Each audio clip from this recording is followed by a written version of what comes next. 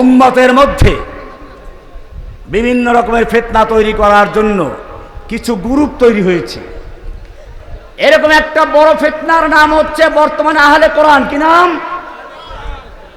আহলুল কোরআন নাম দিয়ে দাবি করে কোরআনে সব আছে, হাদিসের দরকার নাই। এমনকি এত বড় বেয়াদব, তারা বলে যে নবী হচ্ছে পিয়ন। নবী কি? আমাদের নবী কি খালি পিয়ন? ওরা বলে পিয়নের কাজ হচ্ছে চিঠি দিয়ে চলে যাওয়া, আর কোনো কাজ নাই। সুতরাং নবীর কাজ হচ্ছে ওহী পৌঁছাইয়া দেওয়া, আর কোনো কাজ নাই।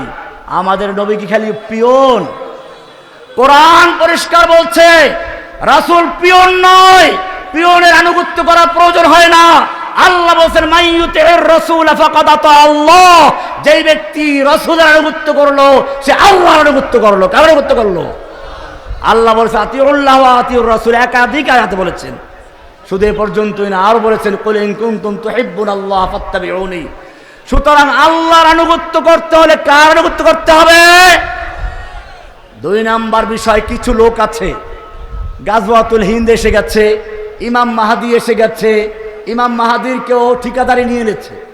এই সমস্ত খুচরা মুসরা দল যত আছে, এরা যত অপকর্মগুলো করে আমাদের সঙ্গে তাদের কোনো সম্পর্ক নেই।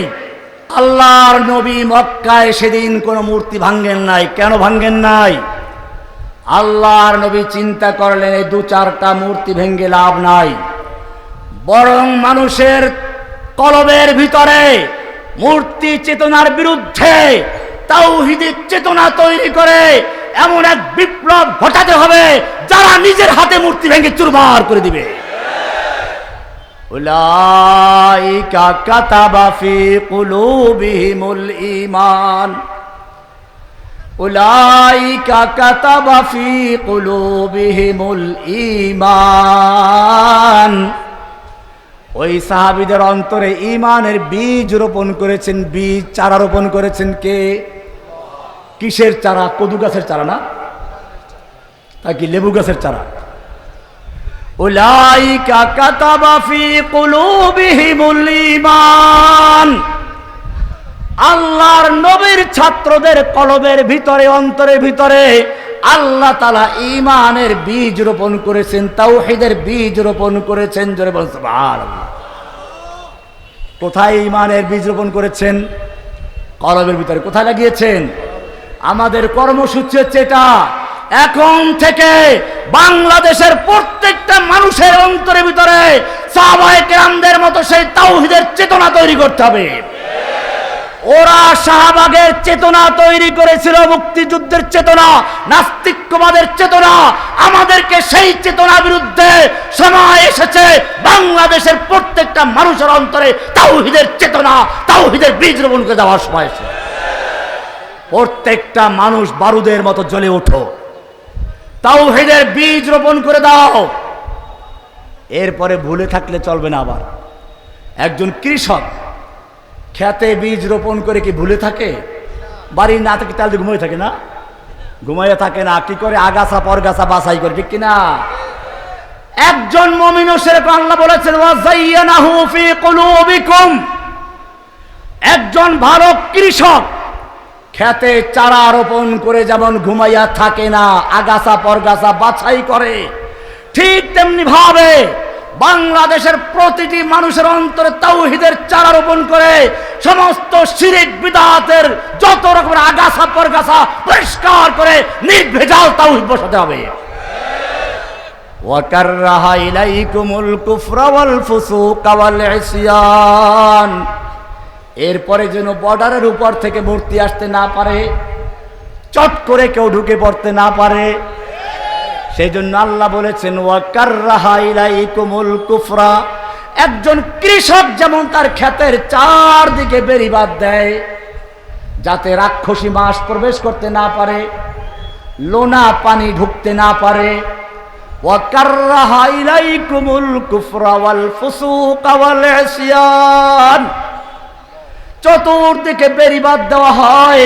ঠিক প্রত্যেকটা মুসলিম যুবককে সজাগ থাকতে হবে, চতুর্দিকে বেড়িবাঁধ দিয়ে রাখতে হবে যাতে করে কোনো ভারতের দালাল আবার মুসলিম যুবকদের মধ্যে ভারতীয় সংস্কৃতি, ভারতীয় তাহাজিব তামাদ্দুন, গান বাজনা ইত্যাদি ঢুকাতে না পারে।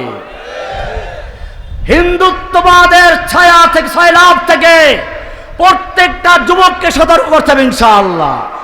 উলাইকা কাতাবা ফি কুলুবিহিমুল ঈমান। তোমাদের প্রথম কর্মসূচি হচ্ছে এই যে এখন থেকে প্রত্যেকটা মানুষের মধ্যে তুমি চেতনা তৈরি করে দাও। কিসের চেতনা? আমরা আল্লাহর দাস। কার দাস? কোন খাজা বাবার দাস নয়। মানুষকে মানুষের গোলামির থেকে মুক্ত করে, নেতা নেত্রীর গোলামির থেকে মুক্ত করে এক আল্লাহর গোলামিতে লাগিয়ে দেওয়ার কাজ কর্মসূচি যাতে নাও। প্রথম কাজ হচ্ছে এটা। প্রথম কাজ হচ্ছে এটা, নিজেকে চেনা। আমি ছোটবেলায় একটা গান শুনেছিলাম, ফিলিস্তিনিদের গান, এখনো তার গায়, লা তাসালনি মান আনা, লা তাসালনি মান আনা, আনা মিন জুনদিস সামা। আমাকে জিজ্ঞেস করো না আমি কে, আমার পরিচয় কি, আমি আসমানের সৈনিক। আমি শুরুতে বলেছিলাম আমাদের একটা নাম হচ্ছে কমন নাম, আমরা মুসলিম। আমরা কি? এইবারে যেই নামটা দিচ্ছি এইটা কমন নয়, এটা হলো সেনাবাহিনীর নাম। কার নাম? আমি নিজে দেব না নামটা। বাংলাদেশি হিসেবে সব আমরা বাংলাদেশি, ঠিক কিনা? কিন্তু এর মধ্য থেকে আবার সেনাবাহিনী আলাদা কিনা? ঠিক তেমনি ভাবে এতক্ষণ আমি আলোচনা করেছি আমরা সবাই মুসলিম, এই পরিচয় আগে দিয়েছি। এইবারে দ্বিতীয় আর একটা পরিচয় আছে।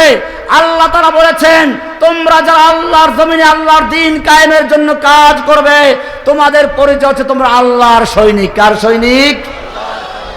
সূরা আল ফাতহ খুলে দেখো, পরিষ্কার বলা হয়েছে ওয়ালিল্লাহি জুনুদুস সামাওয়াতি ওয়াল আরদ। আল্লাহর রয়েছে অনেক সৈনিক। কার সৈনিক? সৈনিক আছে আসমানে, সৈনিক আছে জমিনে। কার সৈনিক? ওয়ালিল্লাহি জুনুদুস সামাওয়াতি ওয়াল আরদ। আল্লাহর অসংখ্য সৈন্য রয়েছে আসমানে, অসংখ্য সৈন্য আছে জমিনে। আসমানের সৈনিক কারা? আসমানের সৈনিক ফেরেশতারা, জমিনের সৈনিক কারা? তোমাদের আর একটা পরিচয়, বিশেষ পরিচয় হচ্ছে তোমরা আল্লাহর সৈনিক। কার সৈনিক?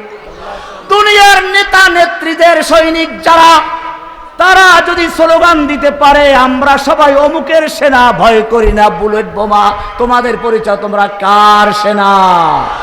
তোমাদের স্লোগান হবে আমরা সবাই আল্লাহর সেনা, ভয় করি না বুলেট বোমা। ঠিক কিনা? নাহনুল্লাযীনা বায়াউ মুহাম্মাদা আলাল জিহাদি মা বাকিনা আবাদা। আমরা হচ্ছি কার সৈনিক? আমরা আল্লাহর দ্বীনের জন্য শপথ দিয়েছি যতক্ষণ পর্যন্ত আমাদের দেহের সঙ্গে মাথা থাকবে ততক্ষণ পর্যন্ত আমরা পিছপা হব না। ওয়ালিল্লাহি জুনুদুস সামাওয়াতি ওয়াল আরদ। আমরা সকলে কার সেনা? মনে থাকবে ইনশাআল্লাহ। পরিচয় মনে আছে? 2 নম্বর কর্মসূচি হচ্ছে আমাদের মধ্যে বিভিন্ন রকমের বিভ্রান্তির সৃষ্টি করা হচ্ছে। এক একটা শব্দ ধরে ধরে তারপরে গন্ডগোল লাগাবার চেষ্টা করা হচ্ছে। আমি যাদের নাম বলি নাই তুমি তাদের নাম যোগ করতে কে?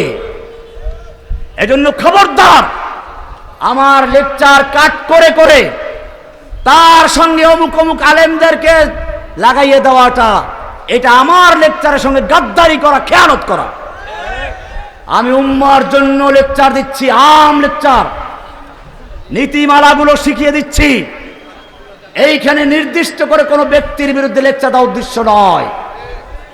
সুতরাং যারা আমাদের লেকচার কাট করে করে উম্মার মধ্যে বিভক্তির সৃষ্টি করছো, আমি তোমাদেরকে বলি তওবা করো।